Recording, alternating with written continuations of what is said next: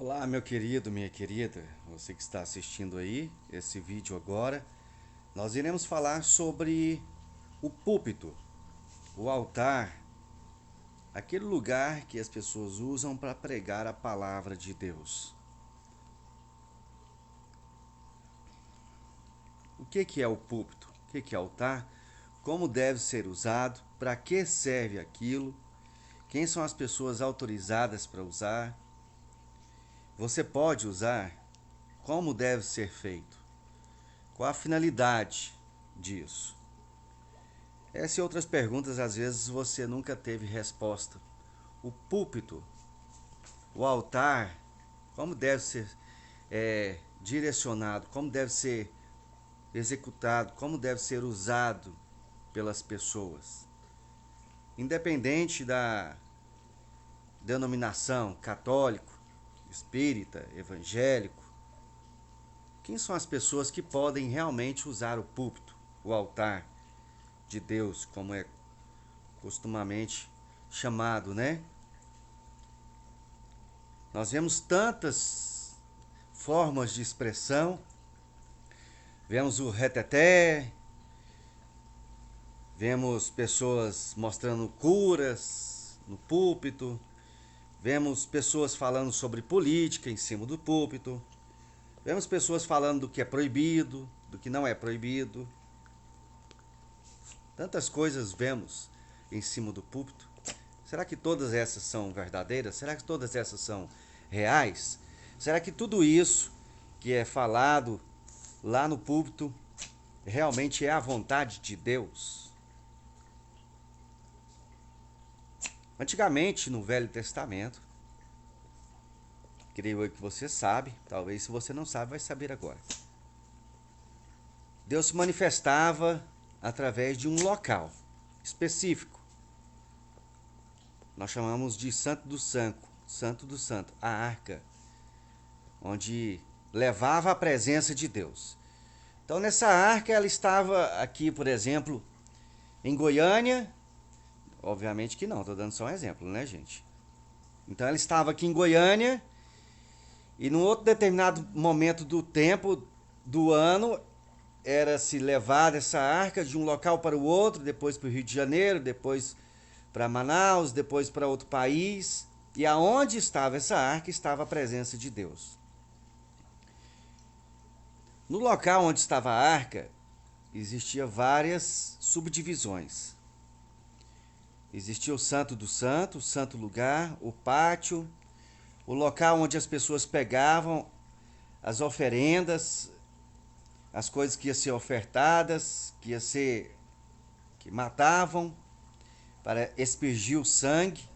O sangue era uma oferta onde a pessoa levava para pagar o seu pecado. Alguém tinha um pecado, ofertava. Se fosse um pecadinho, era uma pomba. Se fosse um pecado maior, um cabrito. Se fosse um pecado grande, um novilho. E por aí vai. De acordo com o seu pecado, o tamanho da sua oferenda. Por quê? Porque as pessoas tinham uma concepção que tinha que pagar um preço maior. E aí elas faziam isso. E Deus aceitava. Porque de uma forma ou de outra a pessoa estava pagando um preço, estava buscando a redenção do seu pecado. Evidentemente, sempre o dinheiro contou muito na vida do ser humano. O seu dinheiro equivale ao seu tempo. O seu tempo equivale à sua vida. Então, ofertando o seu dinheiro, você está ofertando a sua vida para Deus. Porque você trabalha para ter o dinheiro. Aí você pega essa renda sua e entrega para Deus. Nesse tempo, as pessoas entregavam o seu trabalho, que era muita base de troca, essas coisas. Entregavam um pombo, a sua comida. Porque muitas pessoas pensam que para se dar bem na vida é importante você ter muito dinheiro. Mas o dinheiro equivale à vida. Você ter muita vida. E vida não é dinheiro, porque tem pessoas que têm muito dinheiro e não têm muita qualidade de vida. Não tem amigos, a esposa não é fiel, os filhos não respeitam. não tem paz no coração, sempre que as pessoas querem roubar. Então, uma coisa não está correlacionada à outra diretamente. A pessoa que o dinheiro é a riqueza, com certeza ela não vai ter uma vida plena aqui. Se você quer ter uma vida plena, pode sim buscar ter muito dinheiro, pode sim buscar ter muita prosperidade, mas isso não é a razão do seu viver. Então essas pessoas levavam essas oferendas, essas ofertas para Deus, matava e queimava, e a fumaça subia no céu e Deus recebia. Mas Jesus veio como uma ovelha branca, imaculada, e se entregou por amor a nós. E esse ato dele fazer isso foi uma oferta. Ele se entregou, ele se rendeu. Ele não precisava ter feito isso. Quando os soldados foram atrás de Jesus para prender ele, ele já havia dito para os discípulos que isso iria acontecer. Ele já sabia. E ele não correu. E Pedro foi, querendo salvar Jesus, pegou e cortou uma orelha do soldado. E Jesus curou esse soldado. Ele se entregou, ele não estava querendo correr. Foi uma oferta viva. E essa oferta pagou o seu pecado e o pecado de toda a humanidade. Embora as pessoas às vezes não tenham concepção disso, mas será que Deus realmente me perdoou? Como eu ter certeza da salvação? Jesus entregou a vida dele por amor a você. E essa oferta é uma oferta pura e imaculada. E para nós termos a salvação, para nós termos essa oferta, é entregar a nossa vida nas mãos dele. Ele entregou a vida e agora é nossa parte de nós entregarmos a nossa vida para ele. Quando nós fazemos essa, você pode chamar de troca, para ficar fácil a concepção, Jesus entregou a vida dele para que todo aquele que nele crê não pereça, mas tenha a vida eterna. E nossa parte agora é entregar a nossa vida. Nós em vida, entregarmos todos os dias a nossa vida no altar do Senhor, como oferta viva a Deus. E aí entra aquela velha frase, muito comumente no meio cristão, não no meio gospel, né? Que não existe monopolização, não existe nem religião. O próprio Jesus diz que a única religião que existe é ajudar os órfãos, os pobres, as necessitadas, os velhinhos. Essa é a única religião que existe. Não existe nenhuma outra. Existem denominações eclesiásticas com alguns tipos de segmentos, liturgia e tudo mais. Cada um escolhe a que mais convier para você de acordo que esteja na palavra de Deus. É obviamente, né?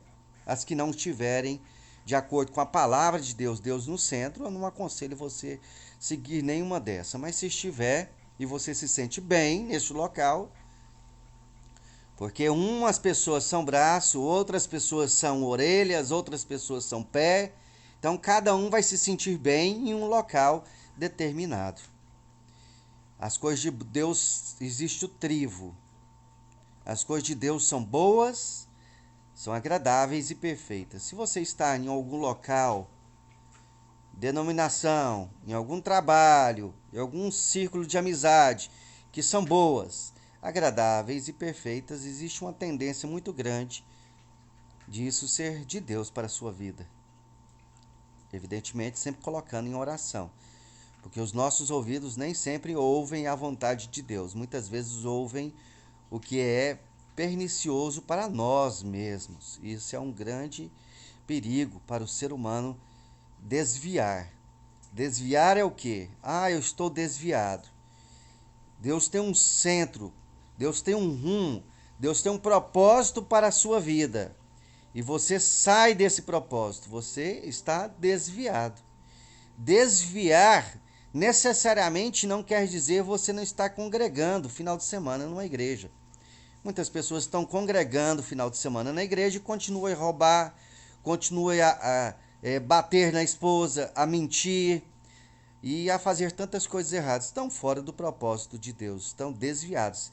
Dentro de uma denominação, indo nas reuniões da igreja, eu sou igreja, você é igreja, a outra pessoa é igreja, nós nos reunimos, é reunião das igrejas, mas está desviado.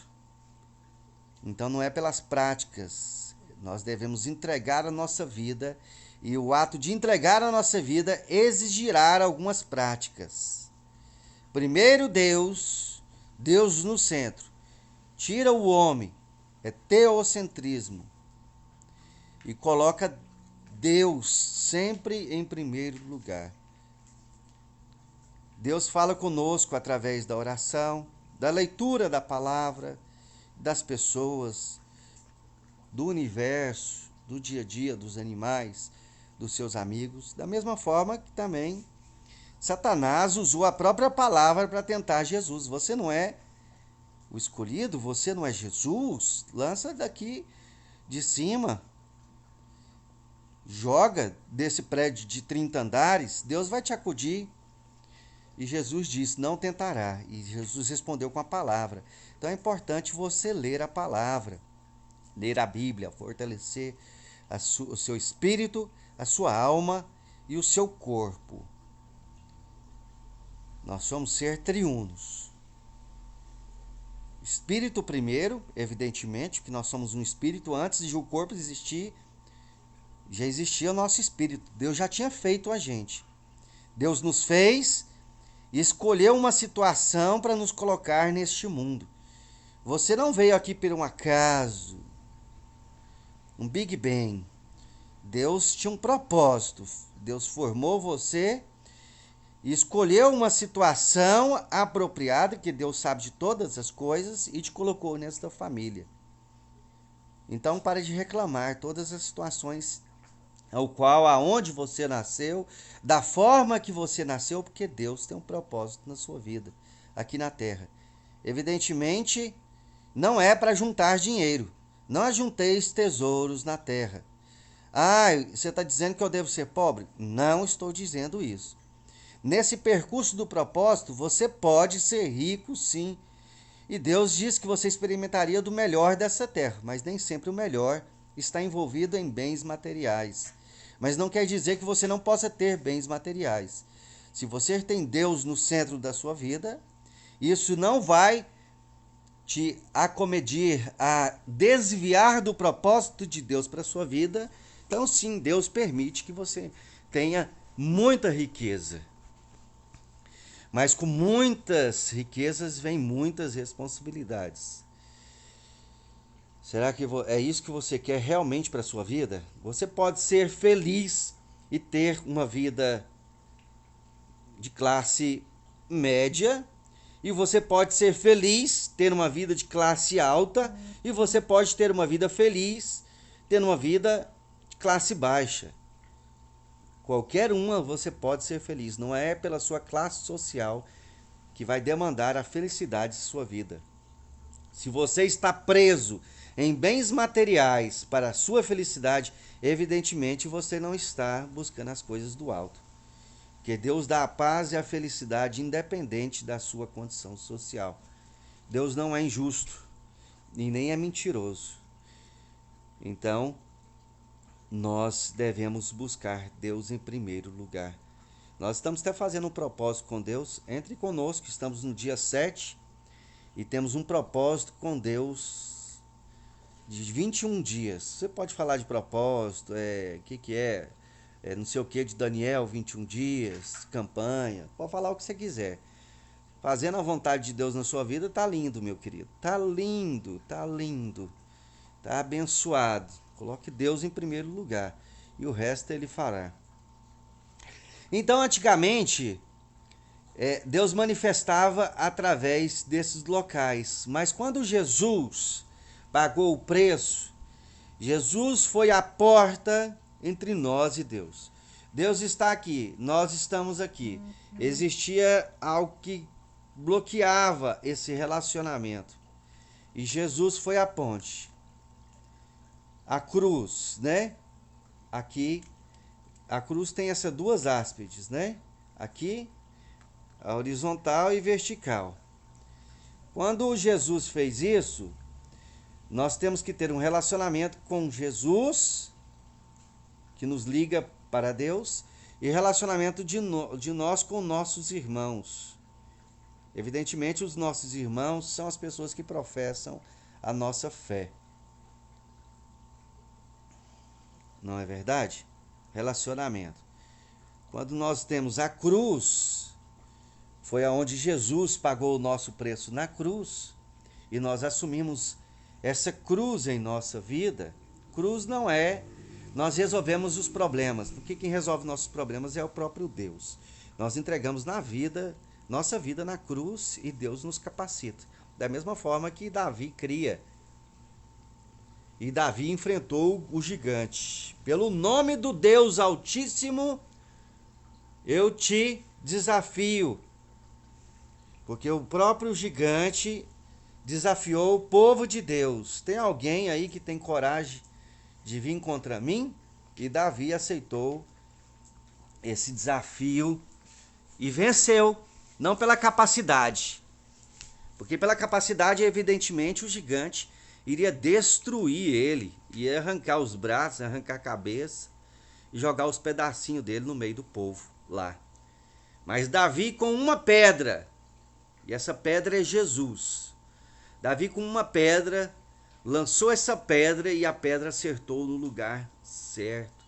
Porque Deus nos dá a vitória certa, na hora certa. Nós somos hoje uma geração de miojo. O que é geração de miojo? Geração de miojo é uma geração onde as pessoas querem as coisas rápidas e do jeito delas. Eu estou com fome, eu faço miojo, 3 minutos está resolvido. Para que eu vou gastar 2 horas fazendo um almoço, uma janta deliciosa, uma refeição maravilhosa, se em 3 minutos eu posso ter chama uma pessoa, essa refeição. Então o tempo de Deus não é o tempo nosso. Eu aconselho você a ler Eclesiastes 3. Você fala para mim, mas eu já li Eclesiastes 3. Leia novamente. Leia novamente e antes de ler a Bíblia fala, Deus me dê sabedoria para ler a tua palavra e entendimento através do Espírito Santo do Senhor, para que eu possa compreender a sua vontade, que é boa, perfeita e agradável. Você fazendo isso, Deus vai te dar capacidade para entender a Bíblia. Porque muitas pessoas dizem para mim, eu leio a Bíblia e não entendo nada. Primeiro é determinação. Da mesma forma que uma pessoa vai para a faculdade e ela precisa de determinação e constância em seu estudo, você precisa disso. Não é simplesmente uma vez no ano eu vou ler a Bíblia e entender ela. Não. É ler regularmente. E segunda, é revelação do Espírito Santo de Deus. É ao qual eu acabei de falar. Você tendo essas duas coisas, meu querido, minha querida, é impossível você não entender a Bíblia. O que eu disse? Impossível. Quer entender a Bíblia? Tem essas duas ferramentas em sua vida e você vai entender. Então, assumindo esse papel da cruz, que é o papel que Jesus assumiu, você está assumindo a identidade de Jesus. E assumindo a identidade de Jesus, você toma para si a propriedade de Jesus. Qual que é? Jesus era um homem de fé, era um homem capaz, era um homem que todas as coisas que ele orava, o milagre se apropriava. Jesus não tinha escassez de nada, Jesus tinha bonança, Jesus tinha plenitude, Jesus tinha todos os dons espirituais. Aí você fala, nossa, mas Jesus, eu nunca vou conseguir ser como Jesus. O próprio Jesus diz, sejam meus imitadores. Vocês vão fazer obras ainda maiores do que eu. Eu acredito que ele não mentiu quando dizia isso. E ele disse isso para você. Sim, você que está assistindo. Uma pessoa imperfeita que busca muitas vezes querer fazer as coisas certas. E eu tenho certeza absoluta que você pode fazer obras ainda maiores de que Deus fez. E através dessa identidade de Jesus, você tem esse livre acesso. E você não precisa mais ir no local para ter a presença de Deus. Mas agora você tem essa ponte que chama a presença de Deus. E muitas vezes, quando você está passando por momentos difíceis, você sente a paz dentro de você. Essa paz é Deus. Manifesta. Aí você não precisa ir naquele local para ter a presença de Deus. Você tem a presença de Deus em qualquer âmbito da sua vida. Na padaria, dentro de um ônibus, no ponto de ônibus, na academia malhando, na situação de confronto do seu dia a dia, com o seu chefe, com a sua esposa, com os seus filhos, na enfermidade, na escassez, na bonança, em qualquer lugar da sua vida, você tem essa plenitude com Deus. É assim que se tem uma vida plena e absoluta, uma vida com paz, com felicidade, com harmonia, tendo as coisas ou não tendo, sendo ou não sendo. Entende o que eu estou querendo dizer? Se você entende o que eu estou querendo dizer, você está começando a sua jornada cristã. A plena vontade de Deus. Se você entende, você está começando a seguir a sua vida de acordo com a vontade de Deus. Se você não entendeu, assista esse vídeo uma vez, 2 vezes, 3 vezes, quantas vezes for necessário. Não tenha pressa. O importante não é se você tem ou se você não tem. Se você está querendo ter essa presença de Deus na sua vida. Se você está querendo ter essa presença de Deus, é prova contundente que Deus tem um plano na sua vida. É o próprio Espírito de Deus que nos incomoda. Se você tem essa vontade de Deus, de ser melhor, de estar na vontade de Deus, de executar o propósito de Deus para a sua vida, se você sente isso dentro do seu coração, se você percebe através das esferas da vida isso acontecendo, se você percebe como um imã te atraindo para aquilo, é a vontade de Deus te incomodando. Então quer dizer que você tem um chamado. E se você tem um chamado, Deus te capacitará. Então assista mais uma vez, assista 2 vezes, assista uma vez por dia, pelo menos, até Deus tocar no seu coração. E simplesmente como um quebra-cabeça, existem todas as peças, mas falta uma. E por faltar uma peça, de repente não faz muito sentido. Faz um pouquinho de sentido. É como se tivesse uma luz assim no fim do túnel. Uma luz lá no fundo. Mas você não entende muito bem como sair da situação que você está. Você não sabe muito bem como resolver esse problema da sua vida. Você está depressivo, depressiva, e você não sabe como resolver isso. Você não sabe como tirar esse sentimento. Você está enfermo e você já fez os tratamentos e você toma remédio e não resolve. Você tem problemas no seu casamento e você sabe que não é o melhor de Deus para sua vida e esses problemas continuam a agravar. E você tem essas coisas insolúveis. Mas a palavra de Deus diz, Filipenses 4,13, tudo posso naquele que me fortalece. É com Deus. Você sabe que falta alguma coisinha. Esse saber que falta alguma coisinha é o gancho de Deus, querendo pescar você, que é um peixe, e te trazer para uma outra vida, para uma outra esfera, a esfera da bênção. E esse ano de 2022 é o ano que vai acontecer isso na sua vida. Depende de você. Como eu falo para todo mundo, cuida da sua vida. Deixa a vida dos outros. Para de fofocar. Para de ficar reparando na vida dos outros. Repare na sua vida. Cuida da sua vida. E você vai ver a bênção de Deus se manifestar em 2022 na sua vida.